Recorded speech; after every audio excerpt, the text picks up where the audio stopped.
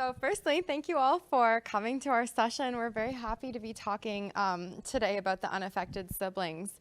We've been coming to the ULF since we were both very little, and we never really saw anything for siblings here growing up. And it was something that we always wanted to kind of bring to the ULF as we got older. And we're very happy that we have it here this year and that we have some interest from you guys, so thank you. So without further ado, we'll begin. So first, who are we and why are we even qualified to talk about this? And that's a good question. So I'm Alex Chaplow, and I'm a sibling to Aiden Chaplow, and he has MLC, which is a megalencephalic leukodystrophy with subcortical cysts. It's a mouthful, so we usually stick to MLC. I hail from Ontario, Canada. That's where I grew up, and I'm now a PhD student in Montreal, Canada, and I actually do research into leukodystrophies now. I am Liam Chaplow. I think we lost the photo on there, but similar. I think it's just the wrong file, but also a sibling to Aiden Chaplow from Ontario, Canada. And I am 22 years old, turning 23 this year. And I graduated with a degree in business and working as a charity analyst for a company called Charity Intelligence. So, there are over 50 types of leukodystrophies, as I'm sure you've kind of seen walking around here. There's quite heterogeneity here. But the needs of the rare disease community and of leukodystrophies are universal. So though our experiences as a sibling are with a sibling with MLC, they really do kind of extrapolate to other leukodystrophies and honestly other neurodegenerative disorders that aren't even leukodystrophies. So moving on to the research aspect, we're going to talk about our own anecdotal experiences, which we have plenty of. We did not do this research ourselves, but this is the research that's been done out there. And what we found is that siblings are a very underrepresented group in quality of life research. There's lots of research on caregivers and on patients themselves, but when it comes to siblings, there is very limited out there. So this is a massive gap within research for how affected individuals can affect a sibling. And this is surprising in a way, because if you think about it, siblings actually spend the most time with their affected siblings often than anyone else. They're usually in their lives longer than anyone else. Yes, many siblings, especially those who are older, help out more at home. Not as much as a caregiver, but they help out more than other those who are not in the same situation. And they also experience many different mixed emotions, same as many different caregivers, except these siblings are at a much younger age and are not at the age where they are yet able to process these sort of emotions, which makes it a very, very difficult thing at such a young age.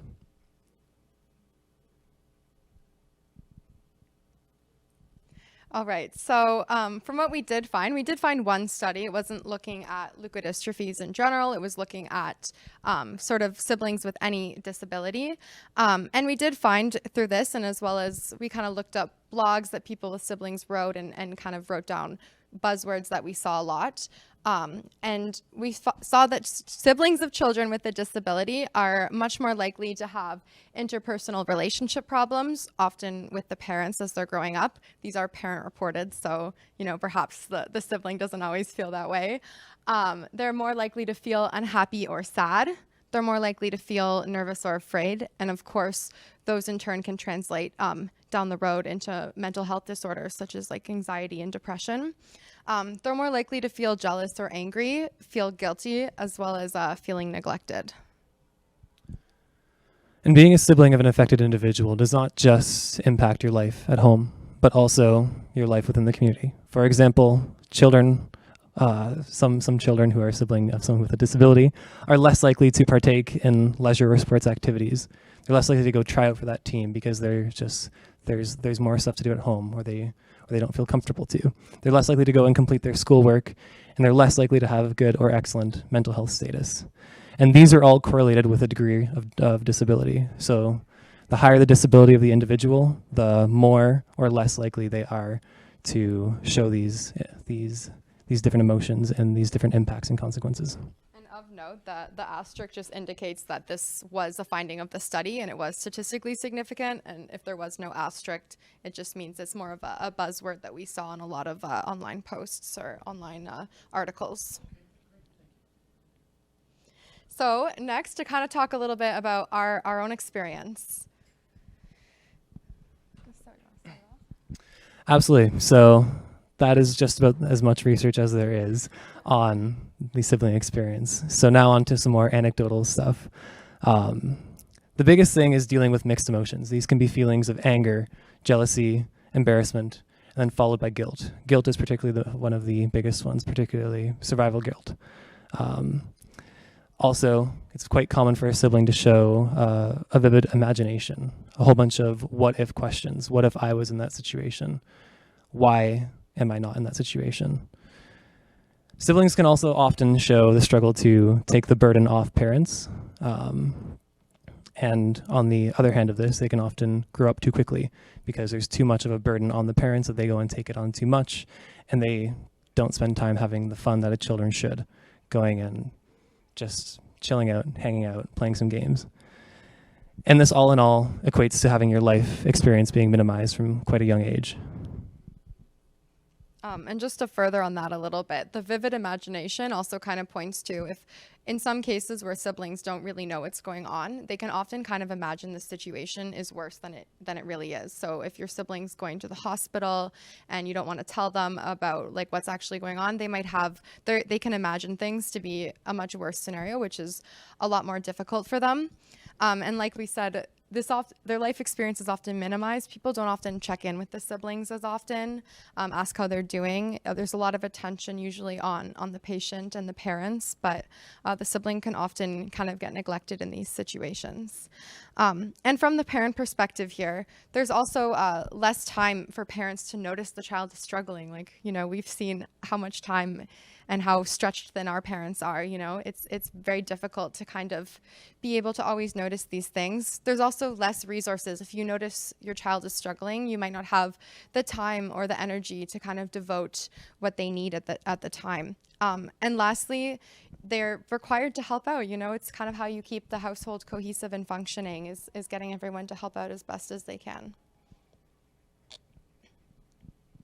So for just a little bit of background about us and our family, I was born in 1997, and my brother with MLC was born a year later in 1998. He wasn't diagnosed till 1999, and he was actually first diagnosed with Alexander's disease, and this was changed a couple of months later to MLC, which had only just been kind of discovered at the time. So we didn't really know much about the disease back then because it's quite new. There wasn't even a gene yet. And then Liam was born in 2000. So we're kind of presenting here as an older sibling and a younger sibling, which are very different experiences. And our first ULF conference was around 2001. So we've been coming here for quite a while. And just some photos of us growing up. This is our brother that we've been talking about, Aiden. You might have seen him around the conference. He just kind of rolls around causing havoc anywhere. So now on to the specifics about our own experience. Progressive disease course is scary, especially from a sibling perspective when you don't know what the end is or when the end is. There's a lot of scary incidents that can happen, particularly choking and seizures. I know for Alex and I, we've had to experience this multiple times. Me personally, I've had to save my brother's life from choking twice. And I can remember countless seizures. These are things that as a sibling of someone who is an individual and affected with leukodystrophy, it's almost bound to happen, depending on, of course, the leukodystrophy. But then there's also frustration. The frustration of the society that you cannot share a lot of typical experiences that a normal kid would share. The frustration of the sibling specifically. Growing up, you're at an age where you want to be cool. You want to hang out with all the cool kids, but yet sometimes we all get wrapped up in our own heads and we feel embarrassed about our sibling who is affected by a disease and disorder. So then that causes a lot of negative emotions towards them, and then that also leads toward the guilt as well. further, if you don't want people going to your home and seeing how your sibling lives. And also a frustration with family. Naturally, it's not just all right, we're going to go on a vacation, let's all pack up and go. The parents need to go and tend toward the affected kid to go and get them ready. And then it's just also a whole lot of less attention, a whole lot less time being put toward the unaffected sibling. And I know in Liam and in my case, we can be impatient at times. And of course, you have to go and load everything in the van. And we have a wheelchair lift, and that can take a while to get down and get the wheelchair all loaded up. So it's can sometimes feel frustrating for how long things take to get every task done. So here are some signs that an unaffected sibling, might be struggling. So the first ones are kind of self-explanatory. They're the signs that you often see when someone's suffering from mental health. So that would be sleeping more or less than usual, eating more or less than usual, being more irritable, showing less interest in the things they used to enjoy. But then more specific towards this situation, avoiding being with the sibling or being more aggressive with them is also a sign that they might be kind of struggling with some of these emotions. Having trouble with schoolwork, that's kind of standard with the other ones above. Not wanting to spend time with friends. Sometimes some siblings pretend to have a disability as well. They might be feeling a lack of attention or isolated, and they might try to do this to kind of get some attention from the family. So that's also a sign that they might be struggling. And then trying too hard to do well or please others. So it's also very common that we saw this in the one study that we read too, that a lot of especially older siblings kind of have a perfectionist mentality, because if a lot of your parents' energy is going towards the affected sibling, sometimes you don't want to draw the energy towards you, and you want to be the perfect sibling to not take more from them or burn out your parents more. So that can be a lot of pressure on a child. So we came up with a couple of items that what we did as a family that worked for us. And this isn't necessarily anything that you have to do, because we're not here to provide parenting advice. We're just here to talk about what we do. So one of the most important things for us, I think, was being prepared. So as I said, as Liam said, actually, our brother, he has had numerous choking incidents and seizures. And I think one of the best ways to deal with this was being prepared. So we took first aid from a young age, and we did it as a family, and they would come and teach you specifically, what do you do when your sibling has a seizure? And what do you do when your sibling is choking? And just being equipped with that knowledge made us feel a lot more safe, especially at times when our parents were out of the house and we were alone with our sibling. So that was, I would say, a major thing for us. And also, talking about these adverse events. I know they're scary to bring up, but just putting them out in the open sometimes and talking can be extremely helpful, because it's often scarier if you don't know what to expect and then it comes along and happens. Furthermore, as a parent, spending one-on-one time with that unaffected sibling, finding time to go out and find out whatever their interest is, doing that one-on-one, letting them know that even though this one sibling does take up more time and more attention than the other, that they are still loved just as much. And furthermore, help the sibling find common ground with the affected sibling. How we did it always was just movie marathons, board games. Specifically, it depends on the physical capabilities, but my brother, him and I invented this floor hockey with a rubber ball, and he would go and net. And I know for me personally as well, I'm a big sports guy. Ball hockey out on the street, wheelchair takes up the majority of the net, so that worked quite well as well. But finding these commonalities where the unaffected sibling and the affected sibling can hang out and can enjoy things together is a great way to develop that special bond from a young age and keep that going on in the future. Also having an activity that your family can do that doesn't revolve around disability. So many activities, of course, in the families will revolve around a disability, because that's just the nature of how things are. But having something you can all do, this can be similar to what we just talked about, sometimes you can be oh, let's go watch all the movies of the Hunger Games together. And that's something to look forward to. And it's not something that needs to be very obviously adapted in a case, so it doesn't really revolve around the disability. So that's a really good example.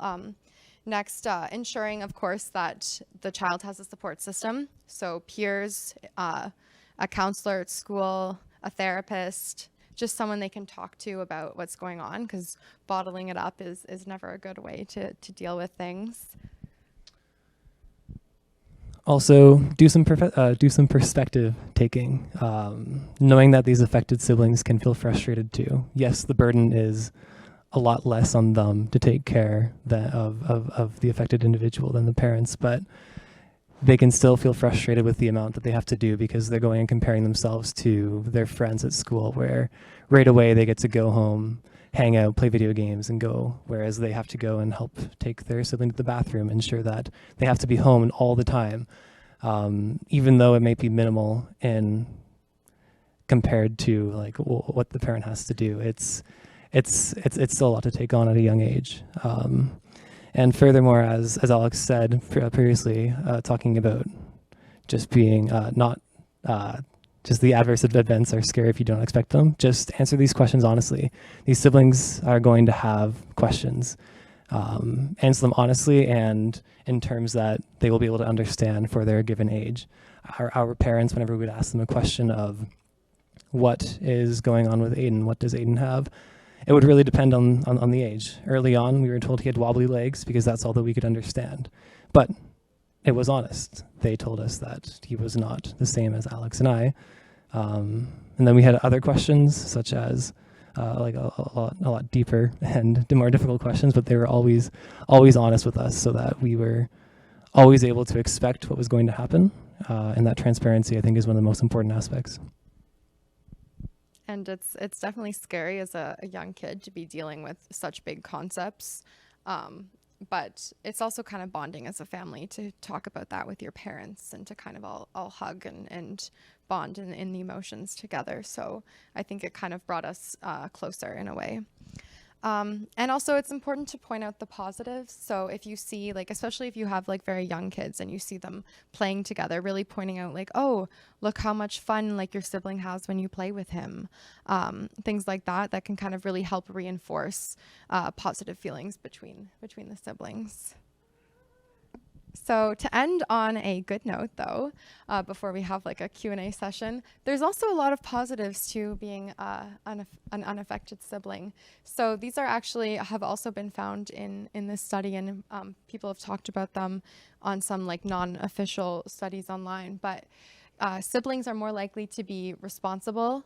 They're often quite adaptable, so they're able to kind of adapt to different situations in life, which, as you age, life's always hard, so it's kind of good to have these skill sets. They have more resilience, and they're often more empathetic. So there are a lot of positives that can come out of growing up with a sibling. Do you have anything to add? No, I don't think so. I think you hit that one quite well. So with that, we kind of thought we would just have more of a discussion now. So that's kind of what we have to share about it. But if people have any questions or want to talk, if we only have one working mic, we can just share. Works. I don't know. Does this second mic work? It's on. It's okay. You got it on, right? Yep. I mean, it's showing There's a here, light. but I don't think it's just for Okay. recording. Yeah. So. Okay. Thanks. Does anybody have questions? Or want to share your own experiences?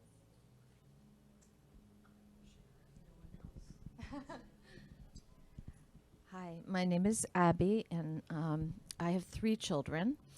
Our daughter last week got her doctorate in psychology, and I believe that is connected to the experience we had of one clearly affected child and one we didn't realize he also was affected by the same condition, but we only got our diagnosis when they were 30 and 32 years old. So we've kind of gone through this experience blind and didn't really understand what was happening to us at the time. So I don't know why I'm rambling, but I guess I would just say, like, it's the folks, the parents and the siblings are very lucky if they know what they're dealing with early on. And I you guys seem incredibly well adjusted, and you know, you came out of this, you know, with a lot of grace, and that's very impressive. So. Yeah, I think the end goal for all of this is to come out at the other side with a sense of acceptance, knowing that you as a sibling cannot change your sibling's current disease, but what you can do is as much as you possibly can, which is make their time as fun as it can, and be that best friend for them. Be as close as you can with them, and just finding that acceptance, finding that peace with yourself as well, not feeling guilty, not feeling frustrated, not feeling angry. All these emotions, I'm sure every sibling goes through. But at the end, just trying to find that acceptance, I think, is the key. Thank you. That was very kind. But I also thought you touched on something kind of interesting, because you mentioned your daughter has a PhD, and it's related, you said, maybe. And that's very interesting, because something that Liam and I have, so he's the younger brother and I'm the older sibling. And I definitely went into leukodystrophy research because of my experiences, you know, and I think we talked about this briefly on a slide about sometimes a sibling reaction can kind of be to try to be a perfectionist, to try to overachieve in a sense, and almost kind of revolve your life around it. And that's definitely been like a coping strategy that I've taken, and I'm happy with it, but it's definitely like a pattern I think that siblings have. And Liam kind of has the opposite experience where, and he can talk about this more in a second, but I think it can be almost more difficult to be a younger sibling, because I, as an older sibling, just naturally, I feel like it makes more sense for me to perform caregiving duties, right? And when you're a younger sibling, you should really be looking up to your older sibling, right? Your older brother, and not necessarily like performing caregiving duties on him, right? Yeah, growing up, it was quite difficult because all of my friends with their older brothers, they would go and roughhouse. They would go and run around and play all these sports together. I was not able to. I had to go through this transition where I looked up to my brother Aiden, and then suddenly within a year, it was, I have to go and help him with all these chores. And then I still looked up to him. I still do, of course, but it was a difficult transition for me where I was trying to process all the things that were going on. I was trying to understand why I wasn't able to go and treat him the same as all of my friends' brothers, and understand that. So I think as a younger sibling, it is difficult to go through that transition of you're younger, you look up to them, and then as they start to get gradually worse over time, you are starting to get better at things. As they're no longer able to run or walk and they're getting put into a wheelchair, you are now getting better at all of those things. For me, that was something that was always very difficult to handle and very difficult to cope with.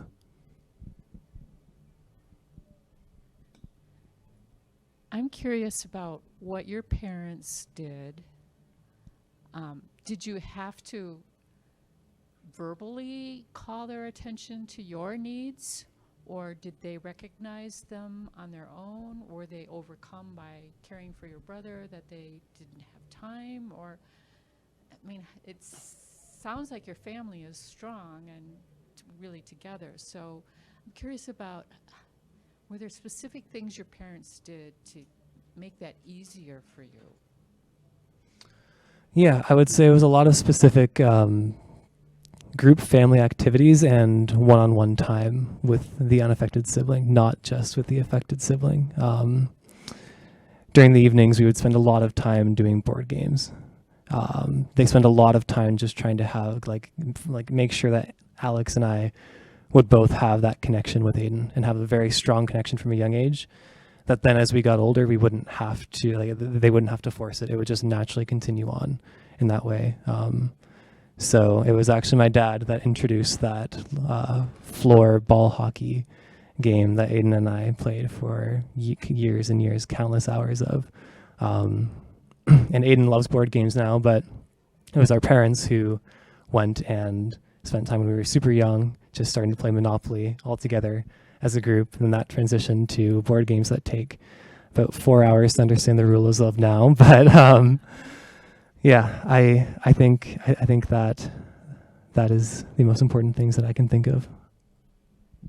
I would say we were very lucky most of our life that our parents were very aware of what was going on with us at all times. Something like I talked about the first aid classes, like the fact that we just had such open and honest conversations and they prepared us for any adverse events was like very helpful. Growing up, we always had our own one-on-one time before we said goodnight. So we all would kind of get tucked in and get that alone time, and that was very important. But if I'm being honest, I don't think there's any way that an unaffected sibling will not feel neglected, no matter how hard you try, because there's just always going to be more time that needs to be spent with the affected sibling. And even though our parents, I think they did a great job, we both at times felt like the least important person in the family or a little bit neglected. And I think just learning how to deal with those emotions and reminding yourself that it's okay to feel this way, validating them, but also knowing that it's not because your parents love you any less. And they were always really good at sharing that with us. Like, they were honest about needing to spend more time with Aiden. And we would ask questions, you know. I would get upset one time. I think my dad slept through my birthday once because he was so tired. And I was 12 and I was so upset. And I think I still talk about it. But just kind of, you know, being able to approach him about that. And I think they were very good about taking our questions, etc. Even with that being said, I personally did not open up for quite a long time growing up. I did not open up at all. My parents tried to force me to many times. They took us out to counselors as well, but I always just preferred the method of keeping it inside me and bottling it within. And I would not recommend that to a lot of people because that resulted in some difficult times that happened in the future, where suddenly I had to go and face all of these bottled up emotions for quite a long time, and it resulted in some mental health struggles for a bit. So as Alex said, there's only so much that you can do as a parent. There's things that you can do that are going to help, but there's no right answer, and there's nothing you can do that can completely stop all of these emotions. Just, I think transparency and just talking about it is probably the best course of action, though.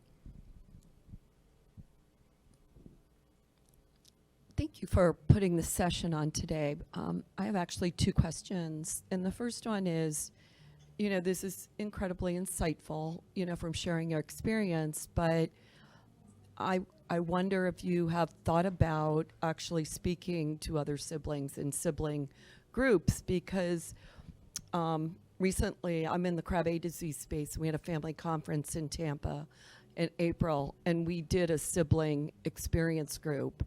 And the siblings presented to the audience, like you're doing.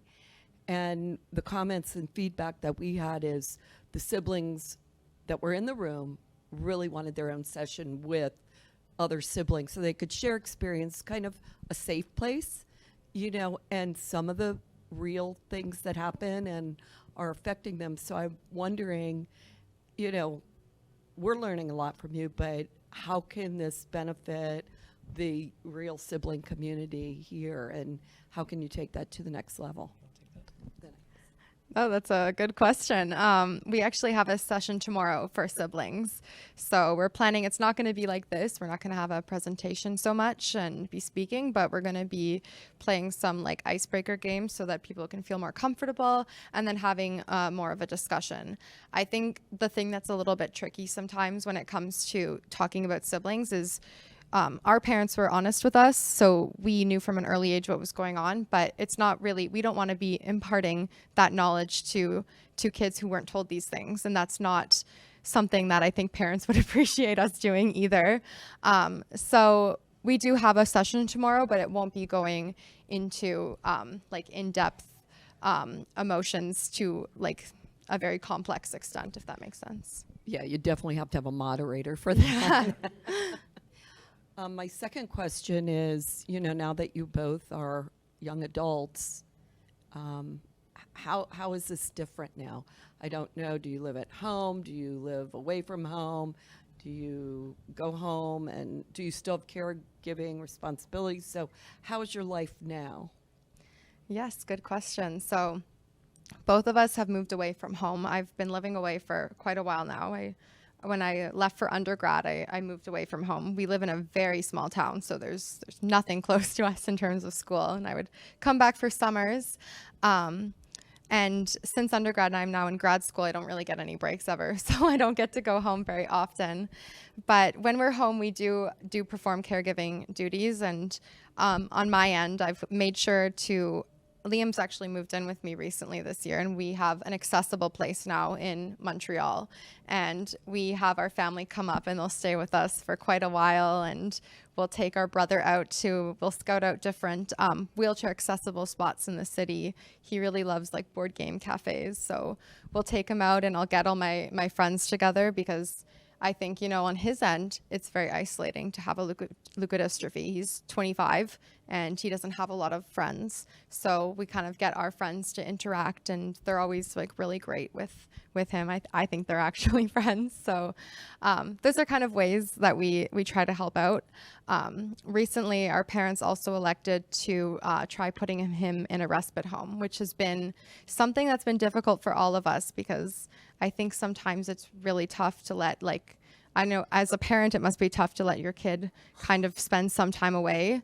And as a sibling, it's really tough to watch your parents making that decision.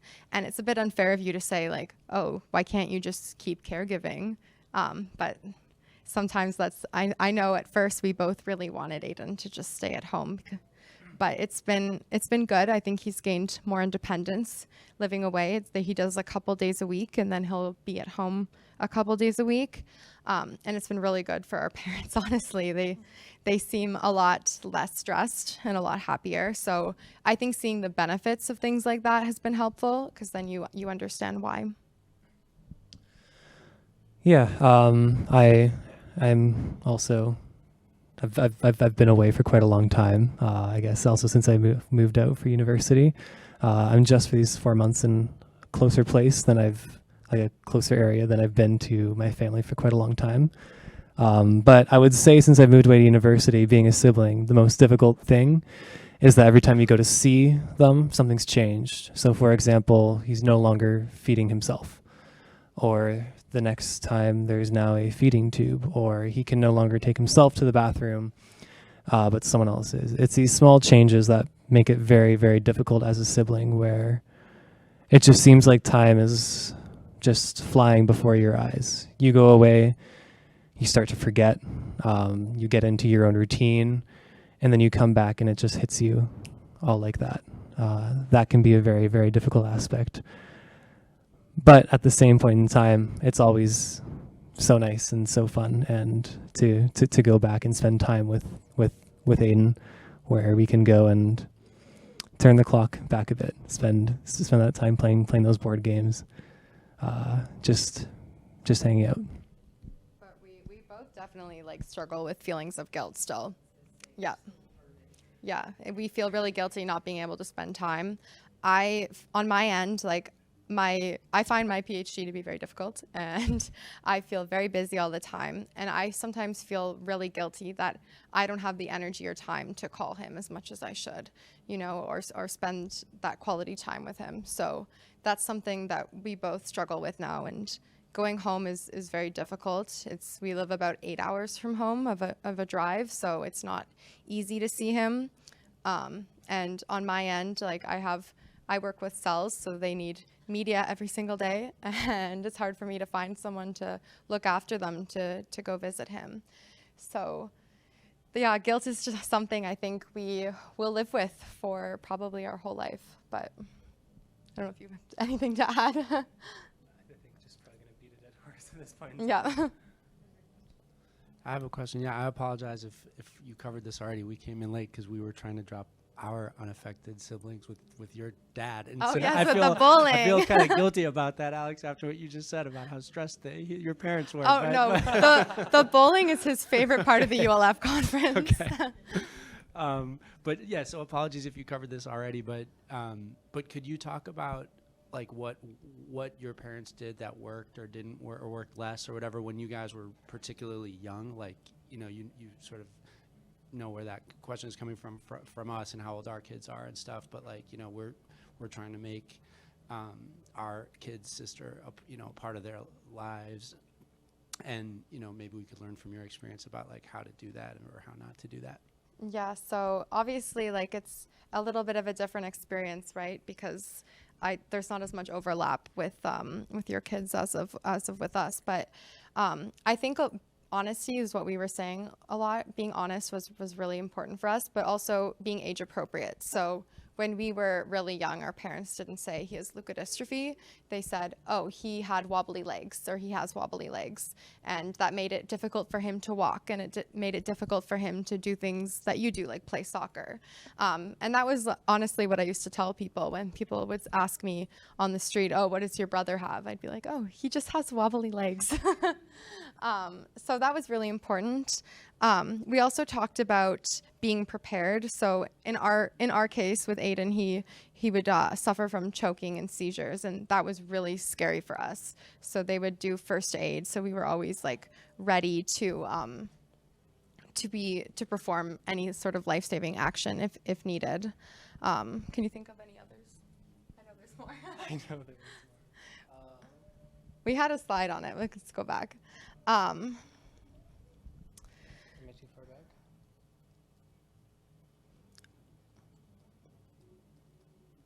Yeah, we had some weird transitions on our PowerPoint, as you guys all saw. I found a template online, so I wasn't expecting that. Oh yeah, something I would actually, I think this is a really good idea, but finding common ground. So in our case, like, we would do things that Aiden could do easily, like movie marathons. We'd say like, oh, let's watch every movie in the Matrix series, or like all the Harry Potters. But if there's something that, you know, your daughter may be like doing that you could say, oh, this was something that she really liked, and let's kind of do this all together. I think that would be really nice. Does that answer your question? And then also, I think I think the support system is another big thing in here, where once they get older, to go and process this information, it's a lot. So ensure that they have a good support system, not just from you two, but from friends, peers, therapists can be great, school counselors. Ensure that there's someone there to talk to, and also, of course, you two as well. Yeah. These are such complex emotions for people who are so young to deal with. Like, that's one of the hardest things about this, I think.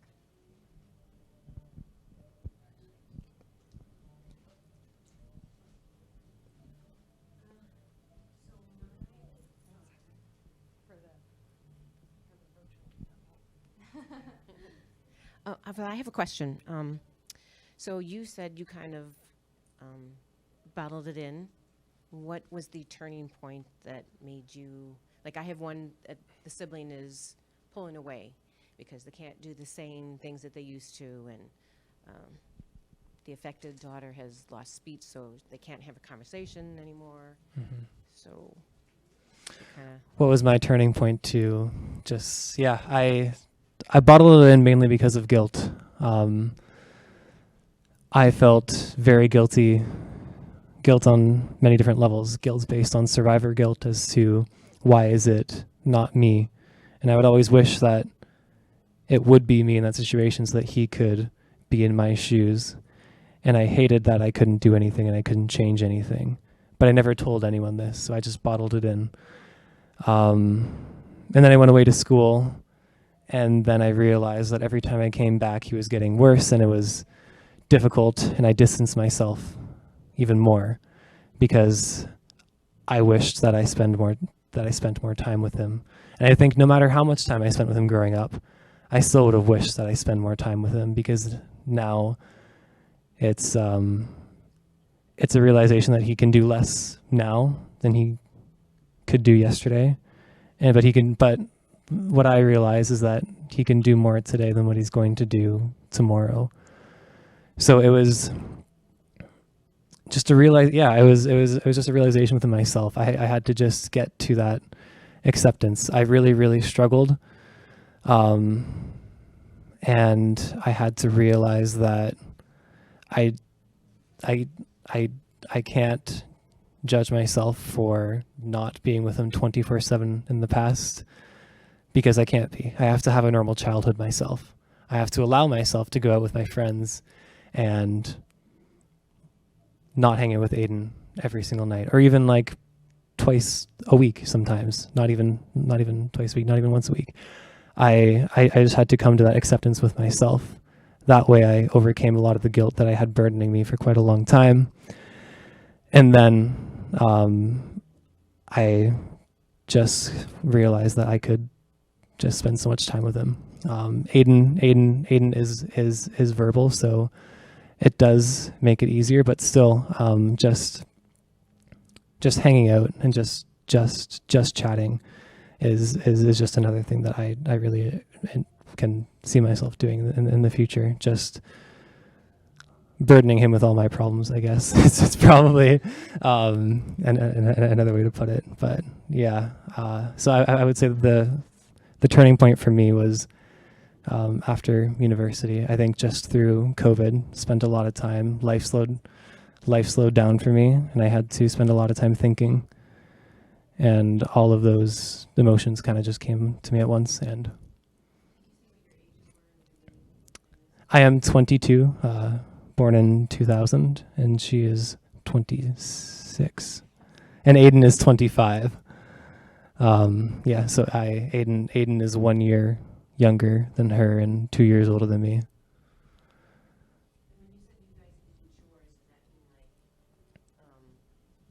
Chores and helping feed or giving medicines. Stretches, like rehab for him. Something that I think helped was we would kind of get really into doing some of these things, like his rehab. He would do crab walking, I think, for a little bit, or like he had his stretchy bands, and we made it into like boot camp, where we would all kind of like joke, laugh around, do boot camp with Aiden. So that was really fun.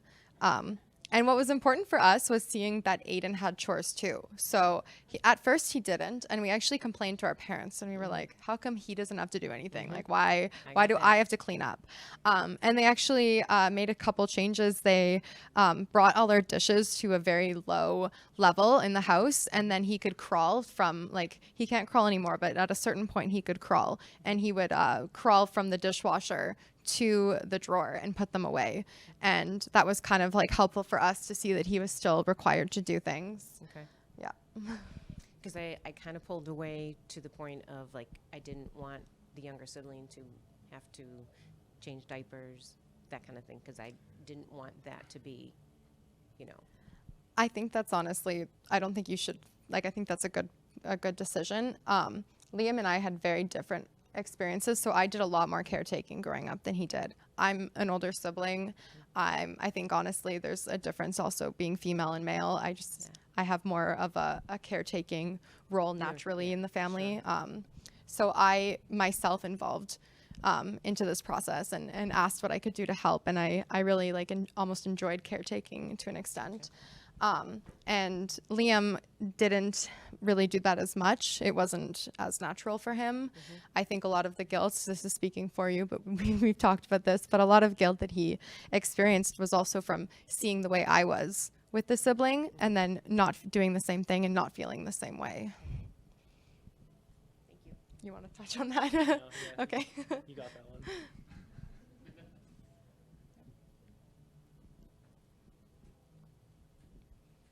Hello. I have two children, both younger and older than. I have three children. One of them is younger, and the other one is older than my affected daughter. How important was it for you to connect with other children or teens that also had a similar experience to you? Because where I am, my daughters don't have friends who have a brother or a sister that have a leukodystrophy or some kind of conditions as well. Mm-hmm. Yeah. I think that would have been quite helpful, to be honest. we did not really have that at all. Back in the day in leukodystrophy, there were not any other kids around at the ULF. There's actually no kids allowed, and we just stayed in the hotel room, or they snuck us out. But I think it would have been very, very helpful for us to have that support system. I think a very common feeling is just the feeling that no one understands you.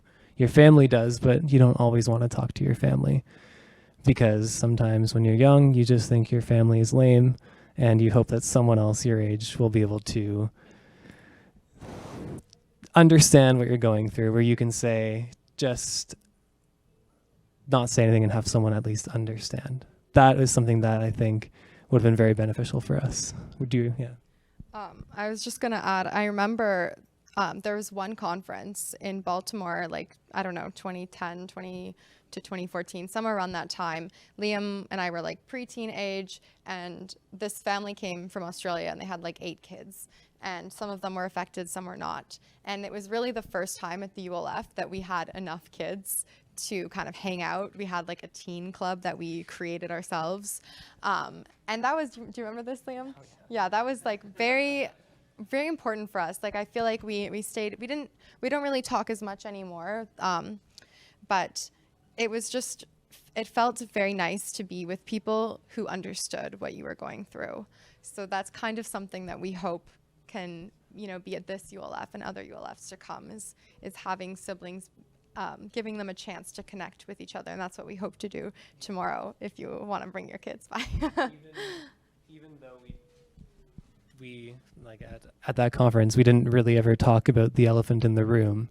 It was still just this sense of comfort that we felt, that there's someone else out there who just can understand and can empathize through experience.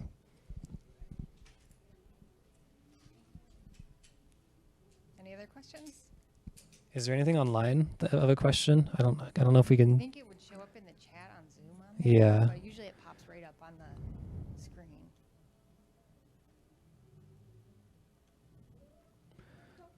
So yeah, if there's anyone online who has a question. Oh. Just wanted to share this. We had a natural, no, this is from the earlier meeting. Yeah, so if anyone has a question online, I don't know if there is anyone online, but feel free to ask it. Otherwise, thank you for coming here. Thank you. We're so happy that there's interest in the unaffected siblings. So it's nice. Yes, on the talk that we're doing tomorrow, it's a sibling discussion when we're focusing on those 12 and older, so we can just sort of have like a general conversation about some aspects without crossing too many lines, I think is the way to put it. We'll have to talk to Keely about that. I'm not sure.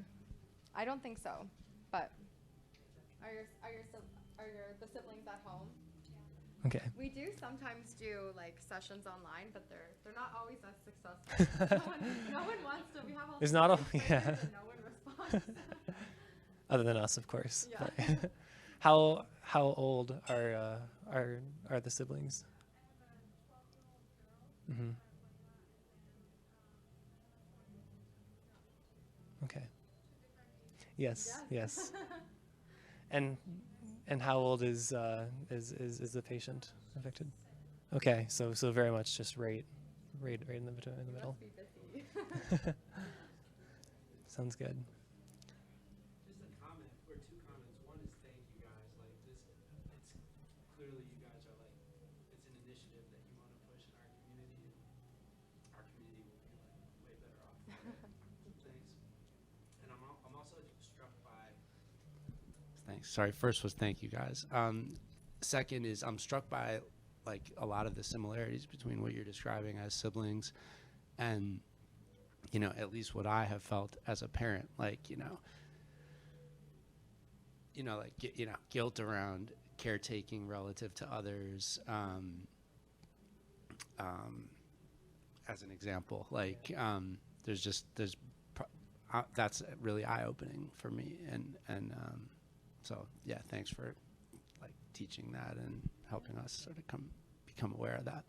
Yeah, we talked earlier about how we kind of showed. Oh, we had this this slide that showed all the quality of life research on leukodystrophies, and there's a lot on caregivers, and there's a lot on the affected individuals themselves, and there's nothing on siblings. But we kind of touched on the fact that siblings often do feel a lot of the same emotions, maybe in a different manner, but a lot of the same things that caregivers feel. Plus, some of their own unique experiences that they go through. So yeah, it's interesting how much overlap there is. I would never put myself in your category, but I came from a big family, and there are times there was no one like, disabled. There was nobody disabled in my family, but there are times in regular families where you feel like you're not getting enough attention, and you don't get any one-on-one time with your dad, and so it's very easy to understand when you say that. Yeah, I agree. I agree.